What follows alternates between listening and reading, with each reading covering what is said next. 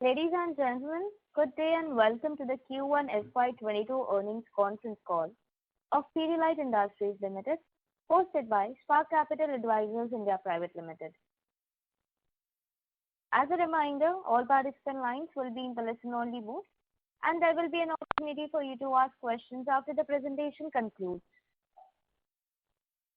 Should you need assistance during the conference call, please signal an operator by pressing star then 0 on your touchtone phone. Please note that this conference is being recorded. I now hand the conference over to Mr. Tejas Shah from Spark Capital Advisors India Private Limited. Thank you, and over to you, sir. Thanks, Utija. Good afternoon. On behalf of Spark Capital, I welcome you all to Pidilite Industries 1Q FY22 earnings call. From Pidilite Industries, we have with us today Mr. Bharat Puri, Managing Director, and Mr. Pradeep Menon, CFO, to take us through the results. I'll now hand over the call to Mr. Menon for his opening remarks, post which we can open the floor for Q&A. Over to you, Mr. Menon. Thank you, Tejas. Good evening, everyone. I'll start with my opening statement. Despite a challenging business environment, we have delivered strong, broad-based sales as well as earning growth across businesses and geographies on previous year's low base. The second wave of COVID-19 disrupted business continuity from second half of April 21 with gradual closure across the country for May 21 and part of June. We have seen demand recovery since mid-June post the lockdown, with most markets returning to normalcy across town classes and geographies. While consumer and bazaar businesses, CNB, has witnessed recovery led by adhesive, construction chemical and DIY portfolio, recovery in business to business, B2B, is on account of resurgence in industrial activity. Now I'll begin with a summary of the financial performance for the quarter ended 30th June 21. On consolidated basis, net sales at rupees 1,928 crores for the quarter grew by 120.7%.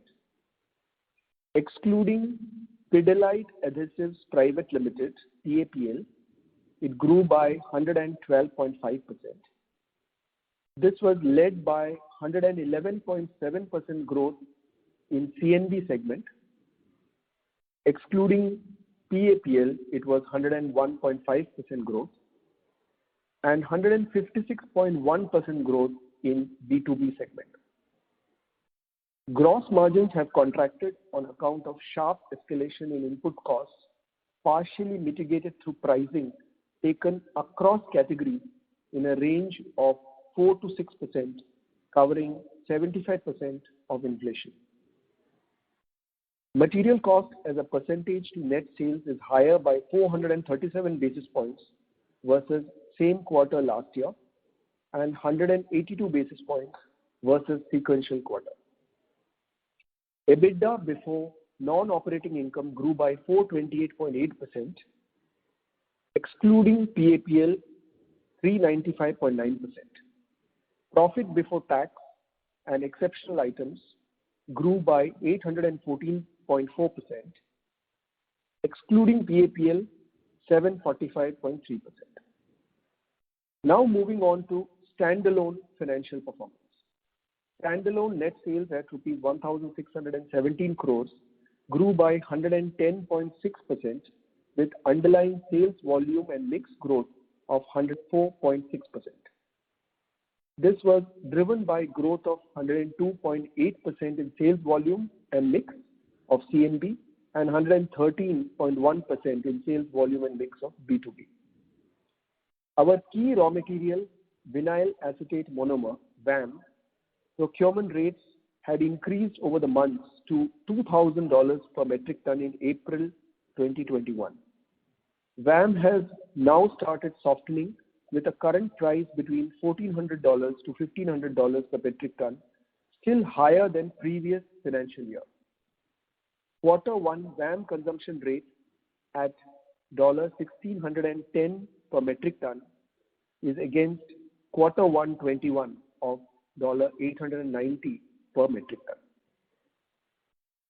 Material cost as a percentage to net sales is higher by 529 basis points over same quarter last year and 275 basis points versus sequential quarter. EBITDA before non-operating income at rupees 308 crores grew by 219% over the same quarter last year.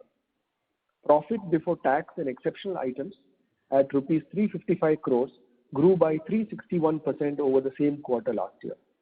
On a like-to-like basis, excluding dividend from subsidiary, PBT grew by 236%. Overseas subsidiaries continued its positive momentum and reported high double-digit constant currency revenue growth as well as strong earnings growth.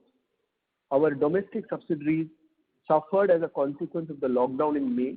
However, a sustained recovery in demand is seen from June onwards. Input costs remain a significant challenge. We see these as peaking in the current quarter and then gradually softening over the second half of the year. Going forward, we remain cautiously optimistic on a sustained demand recovery. Our focus remains on delivering volume-led, competitive and profitable growth as well as the health and safety of our ecosystems. That concludes our opening statement, and I would lead back to the host for the Q&A session.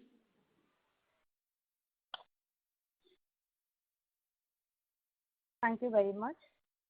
We will now begin the question and answer session. Anyone who wishes to ask a question may press star and 1 on the touchtone telephone. If you wish to remove yourself from the question queue, you may press star and 2. Participants are requested to use handsets while asking a question. Ladies and gentlemen, we will wait for a moment while the question queue assembles.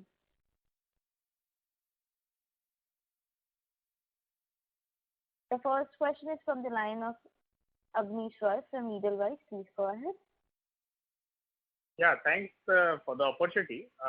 My first question is on the PAPL. When I compare the EBITDA margins for PAPL for Q4 versus Q1, so sequentially, I'm not getting much of a difference. It's largely in that 31.2 to 31.8, so fairly stable. But when I see the overall business, the slippage in terms of quarter-on-quarter margin is much higher. So if you could explain the difference, I understand PAPL is the more premium and the consumer part of the business. But is that the only reason that console gets diluted by the B2B and overall the international part? So some color on PAPL, why it is much more consistent in terms of margin? Go ahead, Pradeep. Yeah. So, Abneesh, thanks for the question. So, as far as PAPL is concerned, obviously, as we said, in terms of response to the various input prices or changes in input costs, we have taken appropriate actions in terms of pricing, costs, and so on and so forth. So, some of that you are seeing in the results of the company. As far as are you talking about the rest of the B2B segment in the subsidiaries, or you're talking about the consolidated picture, the second part of the question? The consolidated. Yeah. So on the consolidated, obviously, there are other subsidiaries in our portfolio. Some of them are much more exposed to the real estate where the recovery and the margins have been under greater pressure.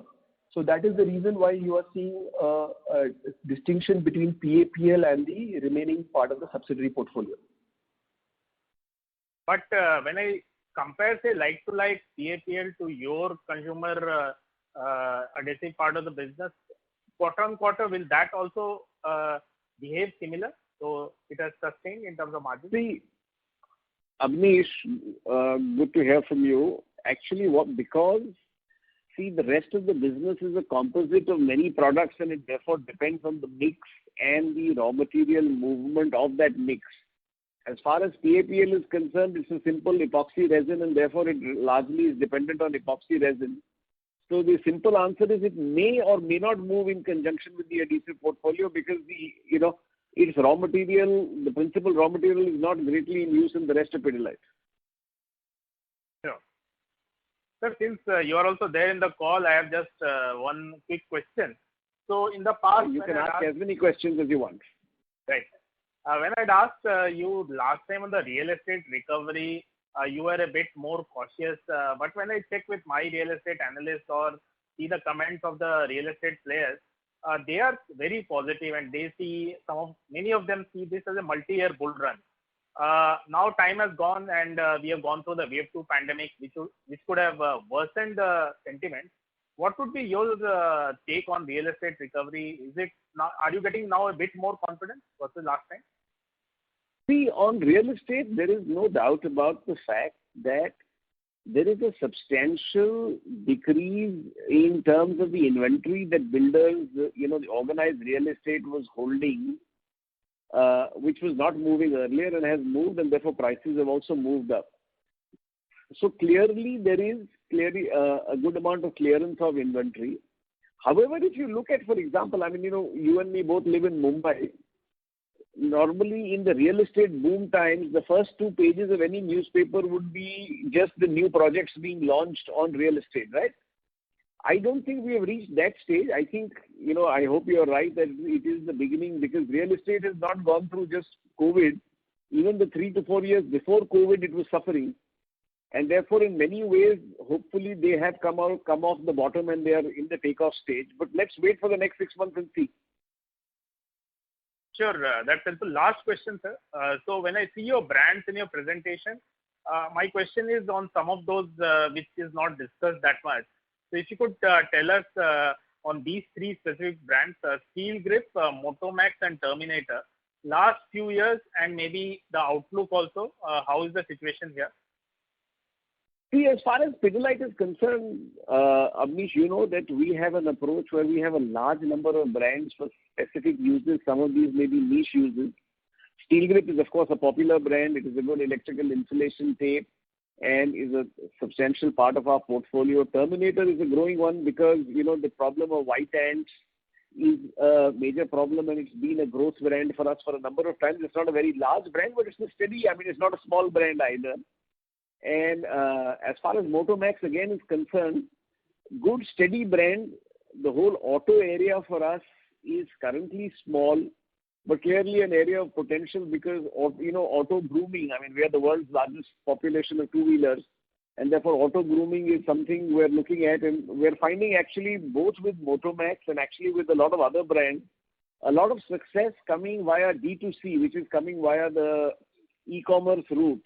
And today, for example, in the last 3 months, the largest selling drain declogger on Amazon is not Drainex, which is the country leader, but is actually a Pidilite product called Declog. Now, like this, we've been working with a set of partners, so on and so forth.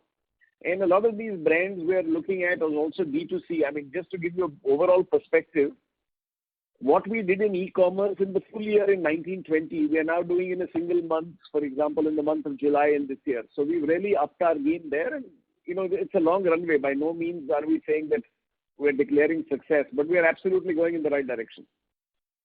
Sir, just one follow-up. Drainex is the market leader. So how come your product has done better on e-commerce? Is it any specific price differential that's driving? I think it's a mix of an appropriate product with good marketing and, being able to understand consumer needs and push and work partner with the customer in taking it forward. And, the good thing is when customers use the product, they come back and ask for it. So, in fact, in the last 3 months, it's been the number 1 seller. Oh. On Amazon. Right. That's all from my side. Thanks a lot and all the best. Thanks, Abneesh. Thank you.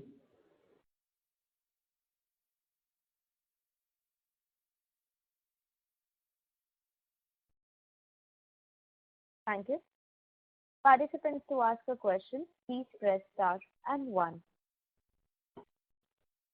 The next question is from the line of Avi Mehta from Macquarie. Please go ahead. Hi, sir. Thanks a lot for this opportunity. I had 3 questions. First was essentially on the input cost. Now, you said at the start of the comment that VAM has moderated from the highs of 2000 to almost about $1,400, $1,500 US. But then you are saying that we expect VAM to peak in 2Q. I'm just still confused. When VAM is already moderating, why do you say that it will peak in 2Q? Very simple, Avi. What we buy in Q1, we will consume in Q2. So okay, so you meant from a okay. Sorry, that clarifies. Will actually, yeah. Okay. So you meant your own, but is there a further moderation that you're kind of expecting from this level, or if you could kind of give us some? We are definitely expecting a further moderation from this level, but currently world over, global chemical prices are displaying such volatility. So we're keeping our fingers crossed, but yes, we don't see 1,1500 as a sustainable level. It may not come back to our, last year at one point in time it was even $700. It won't come back to that, but we do believe that it will moderate further from this 1,500 level. Okay, sir. Okay. I mean, would you say somewhere last year, I think 1,000 was where you were most of the time. I think that's what you would mean. 900 was, last, if I look at year before, Pradeep, what would year before's average be? It would be 900, Bharat. So 890, 1920 also? Yeah. For the year 9. So I would say yes. I think it won't come back to 900 quickly, but I do hope that between 1,000 and 1,200 is when it returns to. Okay, sir. Okay. So from that lens, you're essentially, okay. So that is how you kind of see this. Sir, the second bit is, again, linked to the margins, only continuing on that. Even in the first quarter, you had indicated you had taken 4 to 6% odd price increase. It covered 75% of the input cost inflation. Now, that time the cost was at 2,000. So would it be fair to say that now that the input cost itself have come off, we are almost covered to the entire basket and we don't need any further price increases? On VAM, we may be covered, by the end of quarter 2, we will be covered, as far as VAM is concerned, and some of the other raw materials we may not be. We're studying it closely, but our hope is, we clearly want volume growth and we don't want to constrain our growth because we find price elasticity beyond a certain level, then it impacts the consumer. So we're keeping a close watch. If prices continue to moderate, we will not need any further price, and yes, we would have covered for the whole time by the time quarter 2 goes. Okay. And sir, on the demand recovery side, I mean, it's been quite healthy. Is the cautious optimism because of the concerns on third wave, or is there anything else that we're seeing? And related, could you give us a sense? Has the strength sustained in the last 2 months, July, August as well? So yes, the trend has been extremely positive ever since the lockdowns have got lifted since the middle of June and has sustained for July and whatever is the limited period of August up to now. Yes, the cautious optimism is we're keeping our fingers crossed for this famous third wave. We're hoping it doesn't happen at all, and if it does unfortunately happen, it is it doesn't lead to widespread lockdown. Therefore, the cautious optimism. Otherwise, we do believe that there is a certain amount of pent-up demand, and as the economy recovers, that we correlate very well to GDP. As GDP comes back, I think we will see far better demand conditions. And this is across both the segments. I mean, the key in the consumer bazaar as well in the both key segments. This is waterproofing, or is it? Across, actually, this is broad-based. I mean, to be fair, this is across the portfolio, very broad-based, and actually across even geographies. Things like the metros have come back strongly now in the first quarter. Of course, they went down the most. I think the great thing is, we had spoken last time about us investing substantially in rural and small towns. Now, despite a 45-day closure in the first quarter, our rural and small town sales is actually at,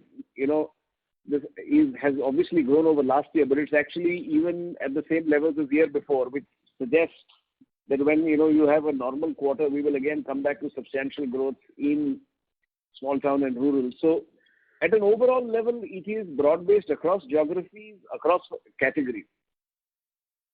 And actually, what you would also like, Avi, I think is international is actually this time now leading the growth rather than, a lot of times you would ask, what about international? You would see that international has grown not only over last year, but also over 19-20 substantially. So overall, we have got our basic strategy in place internationally. And again, there also, whether it is our neighboring countries of Bangladesh, Sri Lanka, Nepal, whether it is Middle East, Africa, we are doing. So overall, the international markets are actually outperforming the domestic market. On on that front, the margin has no one-off, right, in the international? Sorry, that was the only clarification to you. Are there what the question is, are there any one-offs in the international margin? Yes, sir, because they've kind of reached a new high, if I may say, or back to their kind of strength is sustained. So I'm assuming there's no one-off over there. Just wanted to confirm. No, there are no one-offs. Okay, sir. I'll come back in the queue for the other questions. Thank you very much, sir. Most welcome. Thank you. Participants, please press star and 1 to ask a question. The next question is from the line of Tejas Shah from Spark Capital. Please go ahead.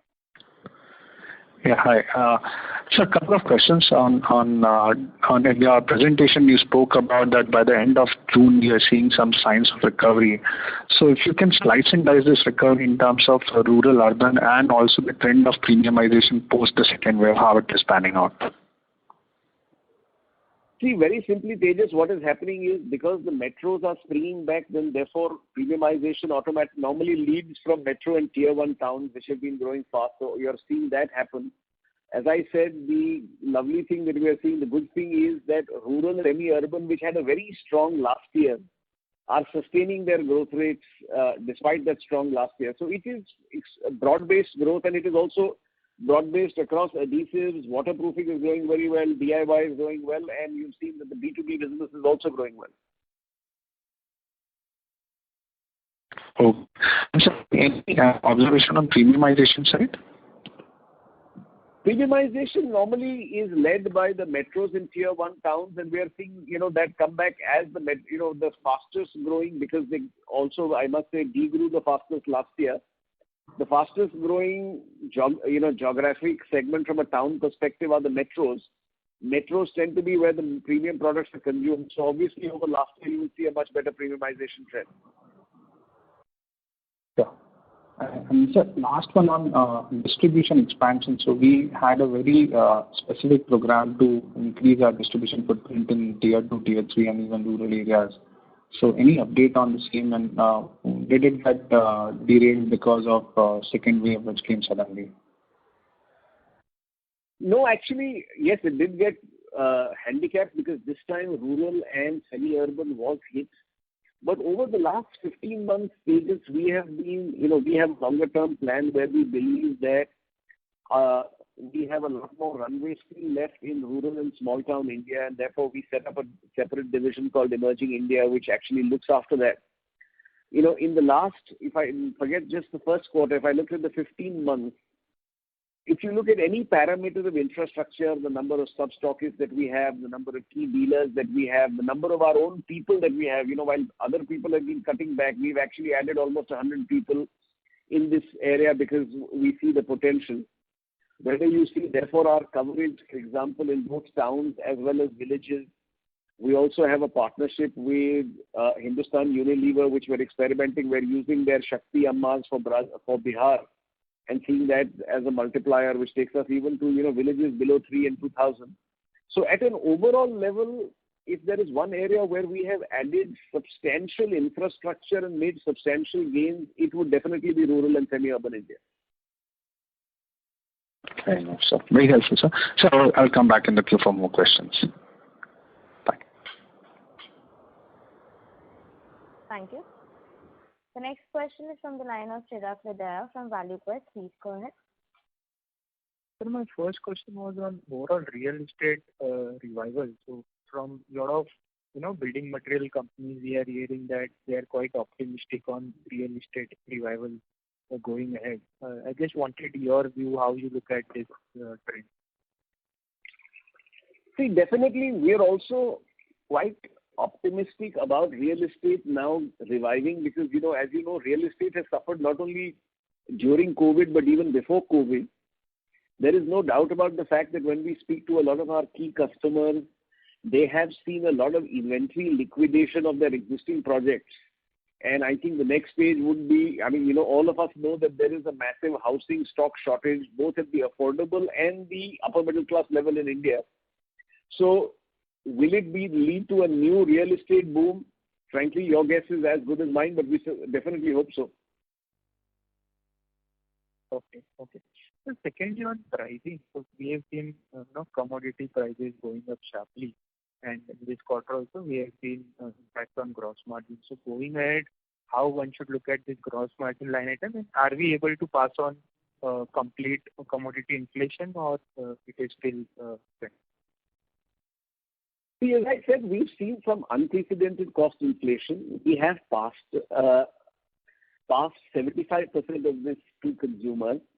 We consciously took a call believing that because this was not a long-term secular trend, this was not because of demand conditions, but because of supply constraints, we believed that a lot of these raw material prices would moderate in quarters 2, 3, and 4. We've already started seeing moderation happening. Our belief is by the time we are in quarter 3 and definitely in quarter 4, prices would have moderated for our gross margins to come back to the levels that we deem acceptable. Okay. And just lastly, on overall competitive intensity in construction chemical space, how you look at that? See, there are, given our leadership position, be it adhesives or be it construction chemicals, the paint companies, for example, have been in construction chemicals now for over, 5 to 10 years. So it's not new competition. We are used to this competition. The fact of the matter is that actually this competition is also leading to the market expanding faster. As all of you know, waterproofing as a category has at best about 40% penetration, which means 4 out of 10 new homes that are built actually do proper waterproofing. Hopefully with the entrance of new players, etc., if this 4 becomes 6, we gain. We are clear that our leadership position has to be maintained by a strong brand, great innovation, and then great sales and distribution. As far as we are concerned, even now, waterproofing remains one of our fastest growing categories. So our belief is the market is expanding. Newer players are coming in, but in no way are we losing market share. In fact, we believe we would have probably gained a little market share. Got it. Very clear, sir. Thank you and all the best. Thank you. Thank you. Participants, to ask a question, please press star and 1. The next question is on the line of Avi Mehta from Macquarie. Please go ahead. Hi, sir. Thanks for the follow-up opportunity. Just on the, comment on the margin again. Now, gross margins, we would kind of start normalizing towards the earlier levels. We have, moved our cost base also relatively to a lower level as a percentage of sales, and as recovery pans out, that should also pan out. In that sense, would it be fair to now look at EBITDA margins moving ahead of the earlier levels of 20-24% that you had highlighted in the last conference call, at least in the near term? Our belief, too early to say, Avi, but our belief is we would actually reinvest for stronger volume growth, both in the current categories as well as the adjacencies. So if you gave me a choice between taking EBITDA margin beyond 24%, I would say, listen, I'd rather use the money to take my growth rates higher. And, because that volume growth sustains and then gives you far greater leverage over a period of time. Early to say, let's see how the raw material situation evolves. But we would be very comfortable because we're also very clear, Avi, that we would like to maintain a price. Our brand gets a premium of between 15 and 20% vis-a-vis competition. We don't want it to go beyond that. So, therefore, if raw material prices soften beyond what we expect, we would actually pass off in terms of price, etc. But again, focus on volume growth. So yes, I take that point, but where I was coming from is that premium has moderated in the last few months. So, which is not months, but yeah, in last few quarters, which is why I felt that you had leeway both ways. That's why the question, or that's why the observation. Actually, the premium has not moderated, Avi, because see, all of the other fellows have also, you can't price closer to Fevicol and hope that you will sell, so on and so forth. So the others are also suffering, and therefore, it isn't that they have raised prices and we haven't. We raised to 75%, they also raised to 75%. Okay, sir. Okay. Fair enough, sir. So the second bit was essentially just trying to understand your thought process on, building the next management level. Or we recently saw the appointment of Mr. Watts. Could you Now he's 4 years to he'll be kind of with you. Could you give us a sense on what is the broad plan of the going forward basis? Is it going to be more as someone will be working with you for the near term? Could you just give us a sense on what is the thought process on introducing into various categories, anything to kind of introduce him to, because he doesn't know this. He's not been in the Pidilite system, but you obviously are there to kind of explain to him. If you could just give us a sense on the process forward. Thank you very much. See, as an organization, Avi, that Pidilite is a forward-looking and we forward plan a fair bit. And it is our belief that, as we've increased the number of if you look at our number of subsidiaries, you look at our number of verticals, a pioneer model by definition is going to be far more complex than, mono-category companies or two-category companies. I mean, we are a company that now has over 30 verticals. Now, therefore, we felt that it's important for us to strengthen the management team, make sure that we have, enough bench strength available, and we do that without putting any pressure on individuals so that, you get enough time to learn, understand the company, take over little parts of it. Sudhanshu has wonderful heritage. He comes from a really good pedigree. And, for example, consumer products is something he understands well. He's also been in the Castrol, which is similar to our Bazaar environment. So therefore, it's important that we give him enough time to settle down and we give him responsibilities so that he gets his arms around and understands the organization rather than, he has very limited time and therefore, gets prone to doing things quickly rather than having understood the whole thing. So it's part of our, longer term plan. And that over the last 10 years, we have substantially strengthened our leadership bench. In fact, most of our leaders are now blue chip leaders. And this is again, part of that plan where we are building the Pidilite of tomorrow as we continue to deliver on today. Perfect, sir. Perfect. This is all from my side. Thank you very much. Thanks a lot, sir. Welcome, my dear. Thank you. The next question is from the line of Latika Chopra from JP Morgan. Please go ahead. Thank you for the opportunity. My question was on construction chemicals. I did hear you talking about the good prospects here, but my question is more on the profitability, of this segment, considering now you have multiple players here. How is it that stacking against, your core adhesives portfolio? Is the focus a lot more, and do you see, there is a risk of on the margin front here, both from maybe, sustaining current level of margins or, expanding that? Great question, Latika. Good to hear from you after long. I am hearing from you after long, so good to hear from you. I think your question is a good one. See, at Pidilite, what we do is, at a gross margin level, the difference between adhesives and construction chemicals is not substantial. But because we see construction chemicals as a strong growth business, which we would like to grow it, 2 to 5 times GDP, obviously from both marketing, sales and distribution, a people perspective, it's an invest business. So while its EBITDA may be lower, over a period of time, we believe that the growth rates, and now this period may be 3, 5 or 10 years, we believe that it is will compensate vis-a-vis the much higher growth rates. So competition is, we are obviously already and had anticipated and have seen and have been seeing. Our focus is clear: keep creating strong brands, keep delivering outstanding customer service, and keep going deeper and deeper into, both rural and semi-urban India. And there is a lot of runway still for construction chemicals. So from a margin perspective, gross margin, similar to any of our businesses. EBITDA largely because we would invest more in it from, people and marketing perspective, it may be lower, but that's intentional. Once it achieves a certain size and maturity, obviously then it becomes similar to the other businesses. Sure, this is useful.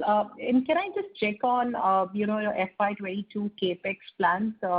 Anything meaningful to keep in mind here? Our capex levels remain at similar levels. We normally spend between 4 to 6% of our turnover on capex. That's the, it may be at the higher end because as we've now learned from the pandemic, we need a far more resilient supply chain. So, Latika, as we speak, we have 12 new facilities, brownfield and greenfield, various parts of the country. But the capex is not, substantially greater or, it still remains in that same range. What we've done is we've used the pandemic to reassess and say how we want our supply chain to be set up, both from a production facility as well as a warehousing level. And we're now pretty much by the end of March by the end of this financial year, we would be ready for the next phase of growth. Sure. And if I may squeeze in one last one, this is, Araldite acquisition is now done. It's nicely fitted in your portfolio. Obviously, there's more scope there, but any thoughts on incremental M&A, how aggressive or, you could be on that front? Any particulars that you will be more focused on that side? See, we are clear that Araldite is a growth business for us. We've now slowly got our understanding of the business. It's also a business that has seen high cost of raw materials, but that's, par for the course. But where, you would have already seen in the 3 quarters that we've handled the business, we are beating the acquisition case safely. But we still believe that there is a long runway for growth. So we'll see how Araldite, becomes another one of Pidilite's, what I would call power brands.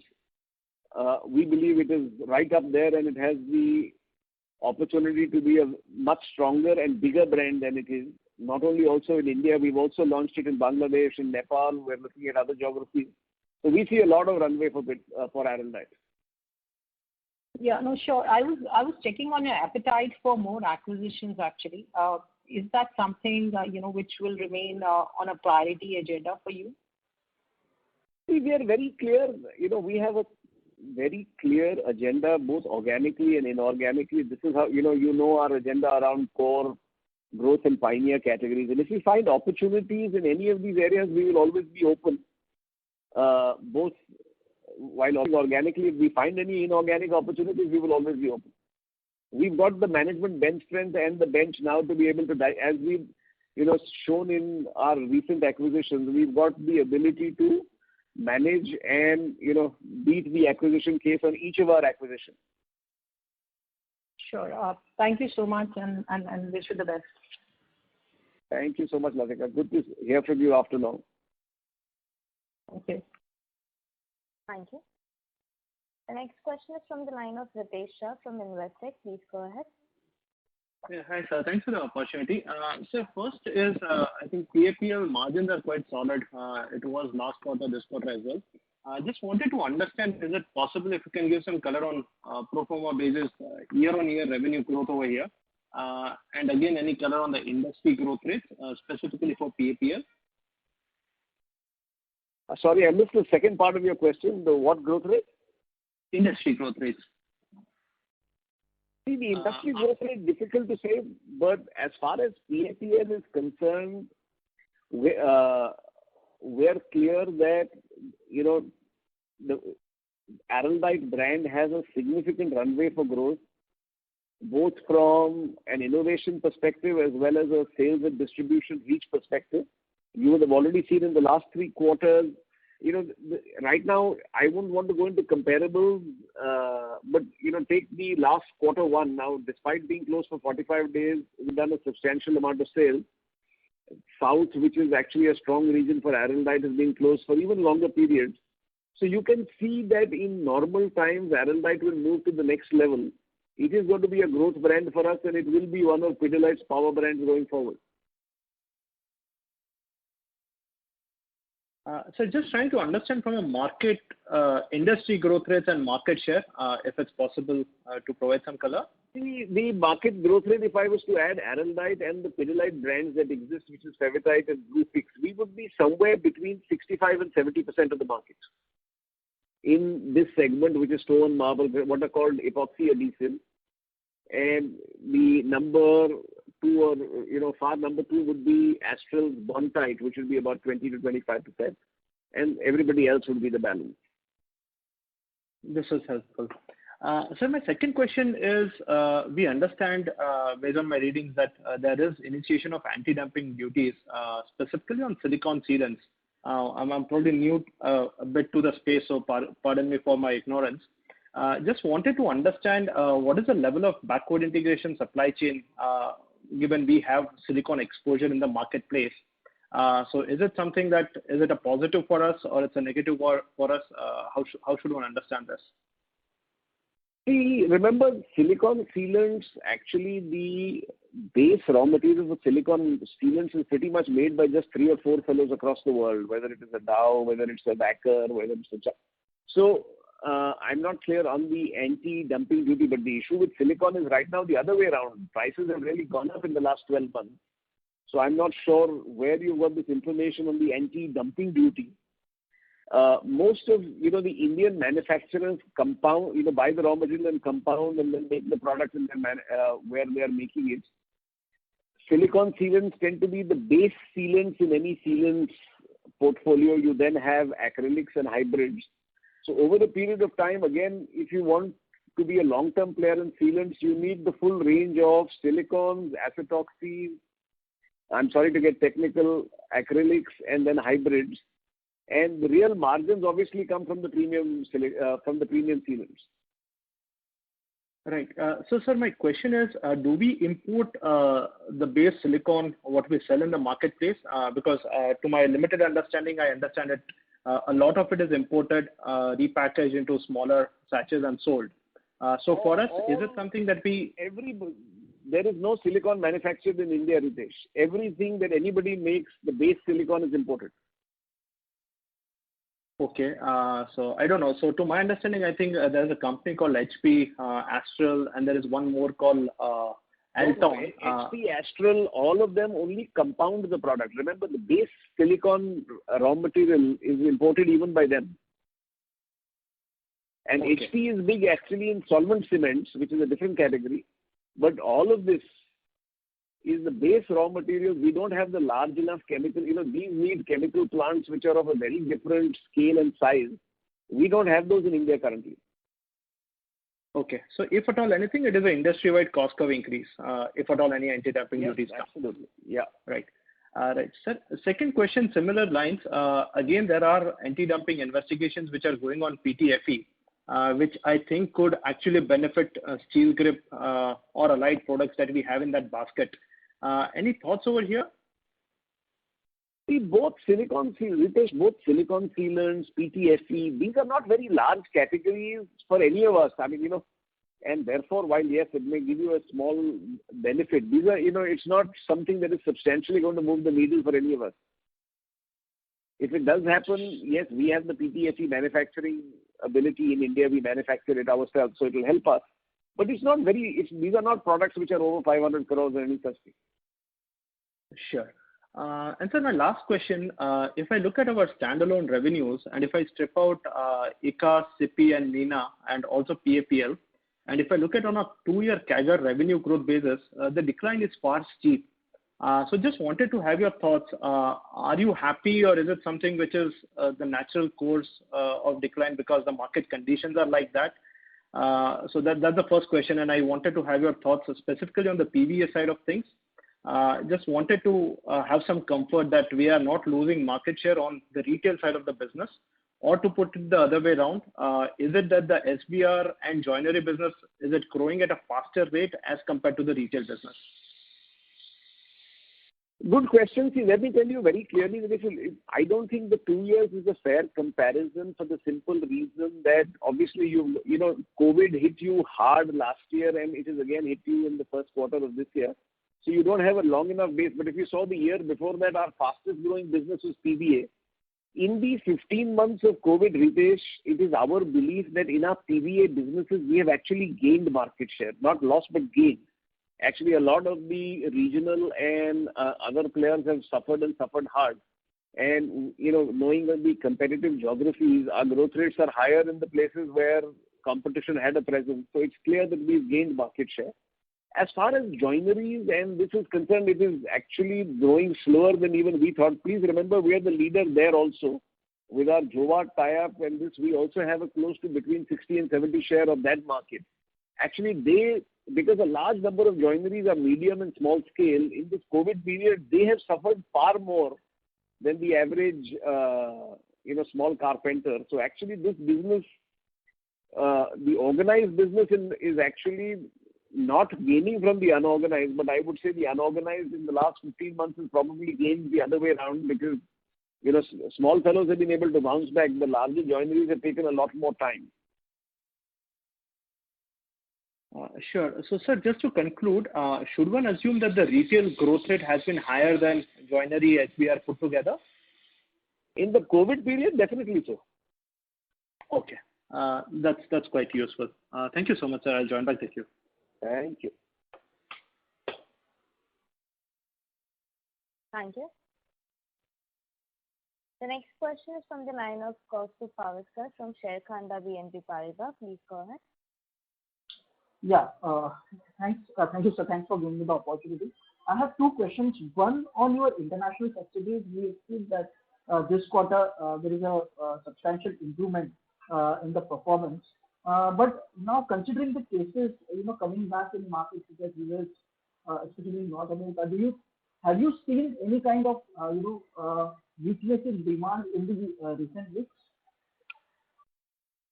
Sorry, I didn't get your question, my friend. Can you just repeat a little louder? Yeah. So my question is on your international subsidiaries. We have seen good recovery YOY in Q1 FY22. I believe this is mainly because the base was also low. But if we consider the Q3, Q4, the recovery was good. But now cases are coming back, in some of the international markets, the COVID cases. Okay. So considering that, have you seen any kind of weakness in some of the markets, international markets? That's a good question. Yeah, I got your question. See, remember on international, we had recast our strategy about 3.5, 4 years back and focused. Actually, if you look at our international growth, even we are growing substantially even over the pre-COVID period. So, it has nothing to do with low bases. The international markets were not as impacted as India was in the first place. And when we bounced back, we've actually grown over the pre-COVID period. There are certain geographies that have had issues as far as cases is concerned, notably Bangladesh. Brazil, which last year had a massive number of cases, actually grew well last year, which is quite a dichotomy. This year, they've withdrawn some of the cash coupons that they were giving to their customers, so Brazil is a little softer. But at an overall level, if we look at our overall international operations, whether it is our neighboring countries, whether it is emerging Middle East, we're doing extremely well in Africa, which seems to be even now lesser impacted. So over a longer term period, actually international over a 2-year period is outperforming the domestic market by a long distance. Right. And so my second question is on your domestic subsidiaries like Nina and I think Pidilite. They have seen good recovery, but you have also indicated in the call that metros are recovering and you have seen good growth in the tier 1 towns as well. So some of these domestic subsidiaries will the performance would sustain better performance, or how we should look into this subsidiary? See, as long as we don't have further lockdowns, I think they will sustain and actually get better because they have suffered in the first quarter. So, if they get a free run without any closures for 3 and 6 months, you will actually see their performance even improve further. Okay. Thanks for that. Thank you.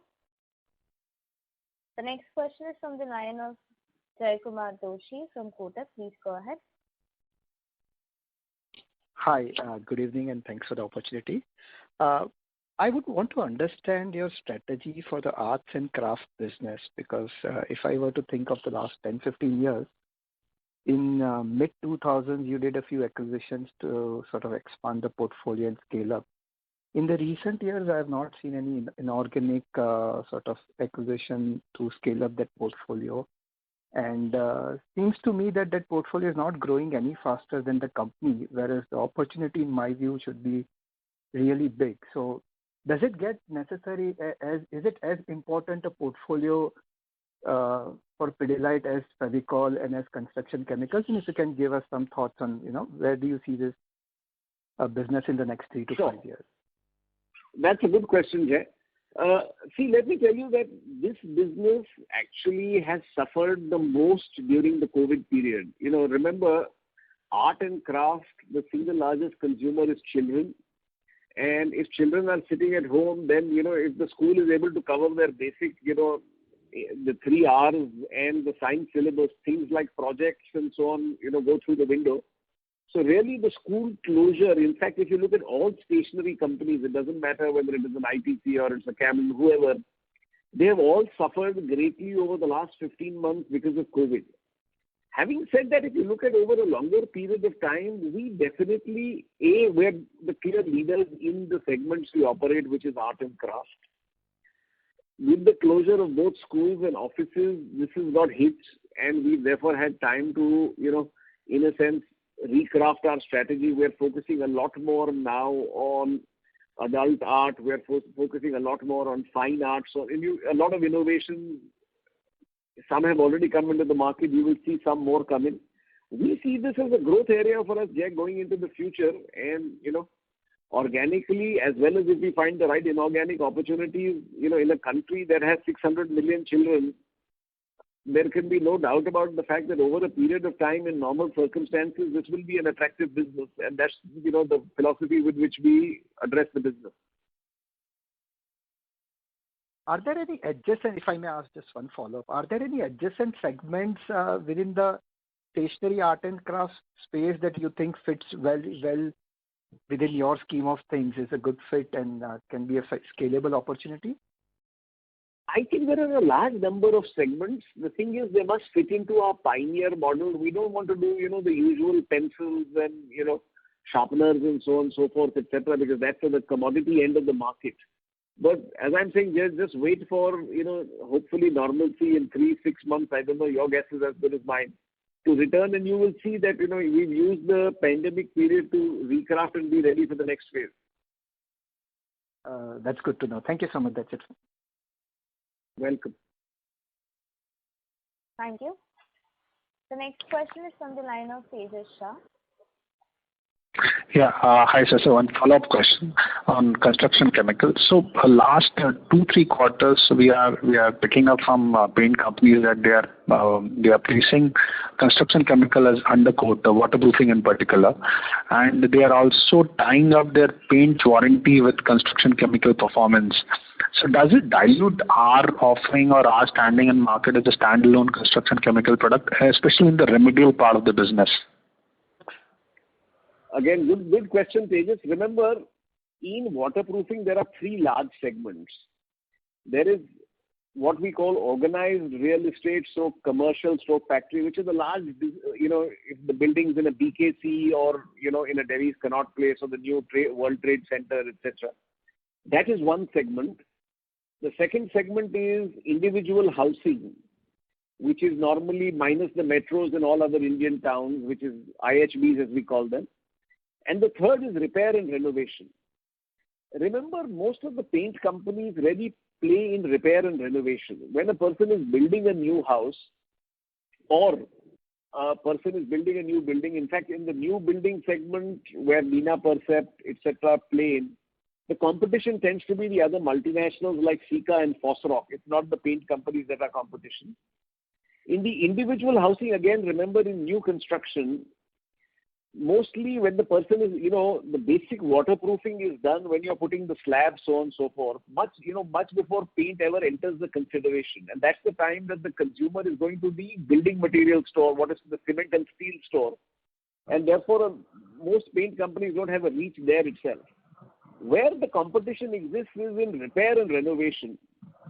World over, 60 to 70% of waterproofing is new construction, 30% is repair and renovation. In India, because our quality of construction and people haven't done waterproofing during this thing, repair and renovation has become bigger.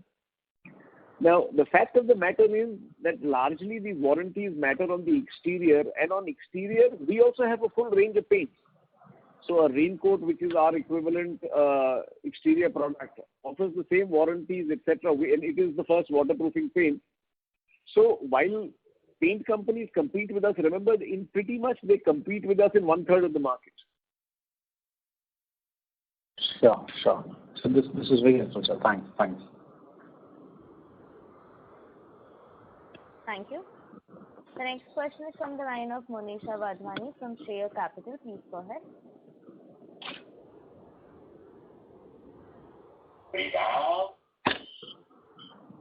Monisha Wadhwani, please go ahead with the question. Your line is unmuted.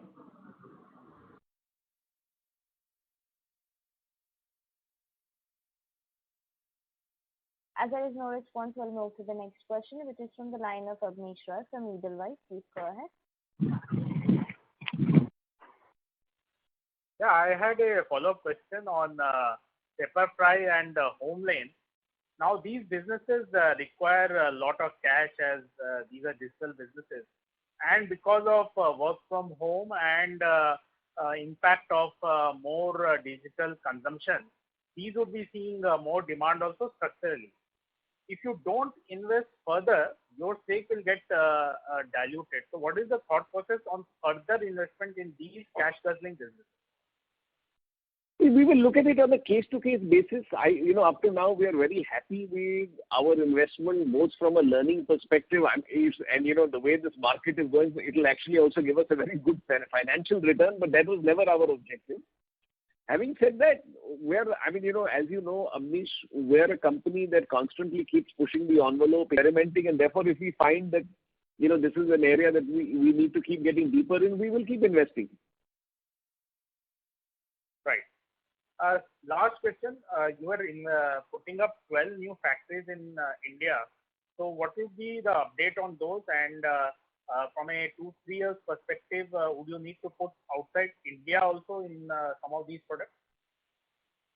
Yes, actually, we've just completed our second factory in Bangladesh, where currently we've just inaugurated our JV in Kenya with a new factory. So, and we have plans in 1 or 2 other locations.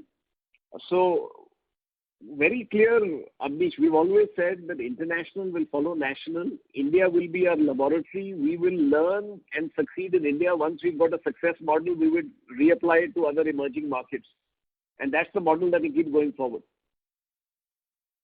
But digital investments like Homelane and Pepperfry will happen only in India, right? Yes, those are only in India. We are not going to do investment for investment. We're doing investment largely for learning and participation. Right. Sure, that's very helpful. That's all from me. Thank you. Thank you. Ladies and gentlemen, this was the last question for today. I would now like to hand the conference over to the management for closing comments. Yeah. Thank you, everybody. Sorry, Pradeep, go ahead. No, I just wanted to thank everybody for joining in and just wish them to remain safe and sound during these challenging times. Back to you, Bharat. No, and I just wanted to wish people are safe and, they stay safe, stay strong, and hopefully when we meet next time, the third wave is a distant memory and hopefully we're in better times. That's all we hope for. And thank you all for your participation. Always a pleasure. I always learn from these interactions as much as inform you. So thank you all for your participation. Thank you. On behalf of Spark Capital Advisors, that concludes this conference. Thank you for joining us, and you may now disconnect your line.